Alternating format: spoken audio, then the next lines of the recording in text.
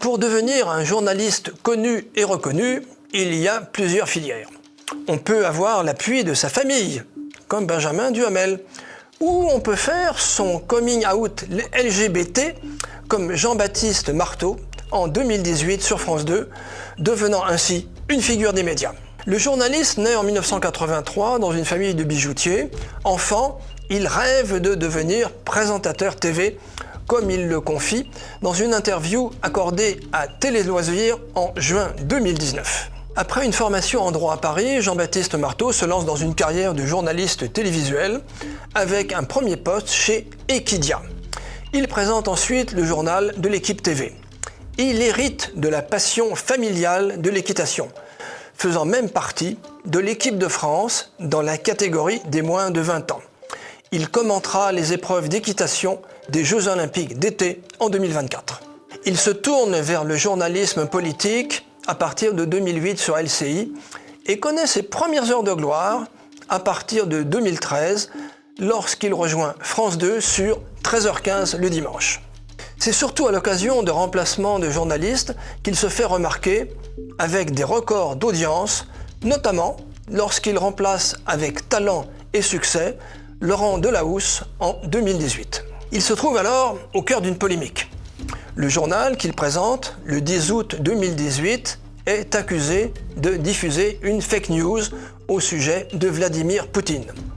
Dans un reportage sur les vacances des chefs d'État, la journaliste Valérie Astruc explique ainsi que le président russe pratique la chasse au tigre, avec comme preuve une image datant en réalité d'une opération de communication en 2008 du président russe sur la préservation du tigre de Sibérie.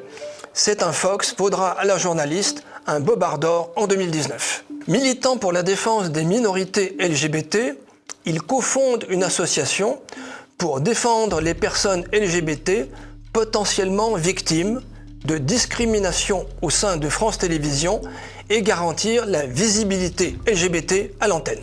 Il participe aux Outdoor 2019, cérémonie annuelle organisée par l'Association des journalistes LGBT. Lors de son discours de remise de prix, il prend la défense de la PMA et de la GPA dans les médias, dont il assure avoir réussi à faire la promotion sur France 2. Il s'engage en politique en 2002 à la suite du second tour, opposant Jean-Marie Le Pen et Jacques Chirac. Il adhère alors aux Jeunes de l'UMP de l'Oise, dont il sera responsable pendant 2 ans. Il publie avec la journaliste franco-algérienne Neila Latrousse 3 essais politiques sur l'UMP. UMP, un univers impitoyable, est publié en 2012 et Balle tragique à l'UMP en 2013. Le premier raconte l'envers du décor du parti à l'époque mobilisé derrière Nicolas Sarkozy, tandis que le second relate l'affrontement Fillon-Copé. Le Tsunami, 3e ouvrage, se penche sur l'élection présidentielle de 2017.